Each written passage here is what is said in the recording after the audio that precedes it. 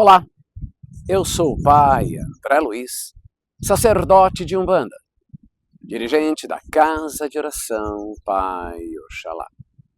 Eu e minha esposa Aninha de Oxum vamos falar sobre o diabo. Isso mesmo, vamos falar sobre o demônio e a Umbanda. Mas olha, essa é nossa opinião. E se seu pai no santo não concorda com ela, ele não está errado. É apenas uma questão de opinião. Diabo não existe nas religiões afro. Na Umbanda, a figura do demônio ou o diabo cristão não existe. Esta figura, como uma entidade real, oposta a Deus, é uma crença que não pertence às religiões de matrizes africanas. Umbanda, Candomblé e demais tradições de matrizes africanas não cultuam o diabo ou o inferno, porque essas entidades não fazem parte da nossa cosmologia. Não existe a necessidade de morrer para ir ao inferno. Existem pessoas que transformam a própria vida em inferno. Este conceito diabólico de diabo, capeta, demônio, nasce dentro do cristianismo, que cria uma lógica de céu contra inferno, do bem contra o mal, da salvação contra a condenação e, pior, sem piedade. A Umbanda, na própria Umbanda, o bem promovido provoca outro bem. O mal promovido provoca uma reação de aprendizado para provocar o bem. Ou seja, não existe o mal eterno, e sim o mal que serve como aprendizado e ele é transitório. A Umbanda prega que o mundo espiritual é regido por equilíbrio, ancestralidade, natureza. Uma força vital que move tudo que existe. Tudo aquilo que se emana para o universo, ele recebe e reflete novamente. Ou seja, quem pratica a maldade, a discórdia, receberá de volta aquilo que pratica. Sendo assim, não há um ser supremo do mal, uma entidade, uma divindade a quem pode se atribuir a culpa pelo mal praticado pelo homem. Não há uma entidade criada para punir. Assim, de fora para dentro, mas sim de dentro para fora, que nós chamamos a autoculpa.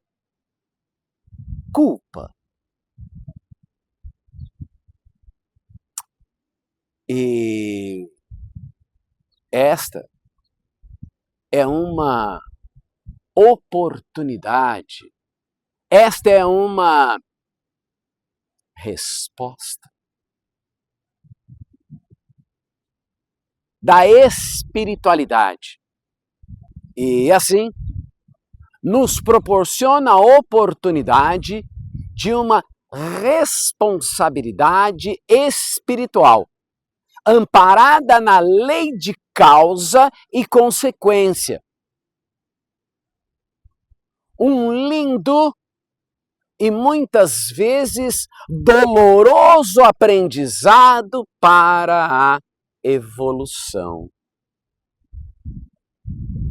O que ocorre é uma demonização histórica, fruto do racismo, da perseguição religiosa, que associou incorretamente os Exus e as senhoras pombogiras ao mal. Orixás, inquices, vuduns, encantados, entidades não são demônios. São a representação da força da criação, arquétipos humanos, princípios éticos, caminhos de consciência. Essas entidades, ou orixás, são vistas como guardiões, protetores, agentes do equilíbrio, agentes da justiça, agentes do amor, contra a guerra, agentes da cura, da fertilidade, agentes do movimento, da comunicação, da transformação, que trabalham na linha de frente para defender os seres humanos. Os senhores Exus são os mais demonizados de todos. Uma pura jogada das religiões que prendem seus fiéis numa cadeia de culpa, de pecado, fazendo assim serem manipulados pelo medo. Exu não é diabo, e sim o mensageiro entre os mundos, o guardião dos caminhos, o senhor da comunicação e do movimento, o senhor do equilíbrio entre o material e o espiritual, nunca o mal. E é ele quem abre as portas. Amado por muitos e temido por aqueles que muitas vezes carregam consigo caráter duvidoso. Pois Exu cobra ética. Exu ensina sobre escolhas e equilíbrio. Demonizar Exu é preconceito colonial. É forma de manipular massa através do medo, que divide o mundo em bons e maus, entre pecadores e beatos, entre céu e inferno. É apagar toda uma filosofia africana e substituir por uma filosofia europeia. Exu foi associado ao demônio pelo colonizador e pela Igreja Católica para demonizar a espiritualidade africana e a espiritualidade de matriz indígena. A associação entre religiões afro e o mal e a maldade, a coisa errada, ao demônio, ao diabo, não é ignorância, não. É proposital e nasce do racismo religioso, sim, da catequização forçada, do colonialismo de séculos de perseguição contra tudo que é negro, africano e ancestral. Nasce, então, a necessidade de enfraquecer a cultura ancestral e proporcionar uma posição como superiores aos bons homens sem pecados, detentores da moral, dos bons costumes, da família, mas que por trás eram seres dominantes que arrancavam os negros africanos de sua terra através da força, através das armas em punho. Serviam-se de mulheres negras para os seus desejos sexuais. Vendiam os negros em praça pública, tendo como base a situação de seus dentes. Forçava o seu trabalho até a morte. Os usavam como objetos descartáveis quando não serviam mais e os abandonavam em qualquer lugar, sem direito a viver, a ter moradia e a ter sustento. Sim, são estes os exemplos de virtude que demonizaram Exu, por ser um orixá forte e altaneiro, para enfraquecer a cultura africana. Transformaram símbolos sagrados em coisa do mal. Referir-se às religiões afro afirma que cultuam o diabo é demonizar o povo ancestral, é demonizar a espiritualidade, a sua cultura, a sua ciência, a sua ética e a sua história. É a transformação da fé alheia em alvo de ataques. Esconder a verdade por trás da ameaça de um Deus punitivo que separa seus filhos em bons e em maus. E a cada um reserva um local ou um paraíso com a companhia de anjos para os bons, ou um inferno e a companhia do diabo para os maus.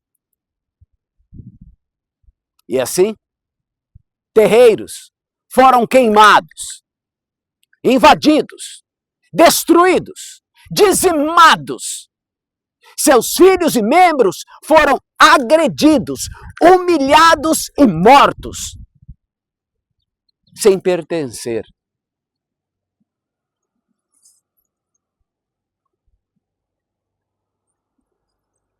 A uma piedade. Tudo aquilo que era do terreiro, seus pertences, eram quebrados, arrancados, chutados, destruídos, enterrados. Mas por qual motivo Exu se apresentam com nomes tão marcantes e muitas vezes assustadores e são invocados nos pontos cantados? Ah, pois bem, nome como Exu do Lodo, Tranca-Ruas, Exu Caveira, Meia-Noite, Corvo, Morcego, e os pontos que ligam ao diabólico são estratégias que funcionam como defesa para assustar aqueles perseguidores da cultura africana, mas não representam uma adoração ao mal. Exu não bebe, não é viciado em álcool ou fumo.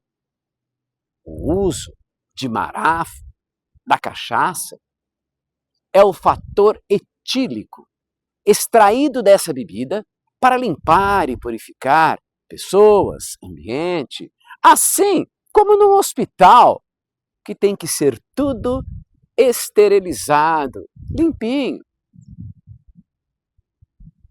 Assim como os amados pretos velhos, como os imponentes e curadores caboclos de Oxóssi, os senhores Exus não fumam, eles defumam,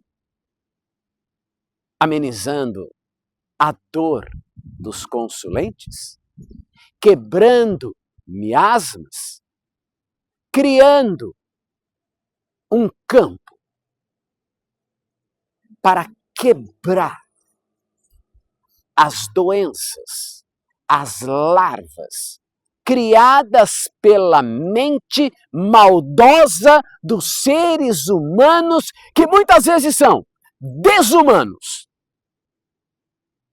Na realidade, os Exus são seres, divindades que atuam na escuridão, na sombra, na baixa vibração, para trazer a luz, proteger e auxiliar na evolução espiritual.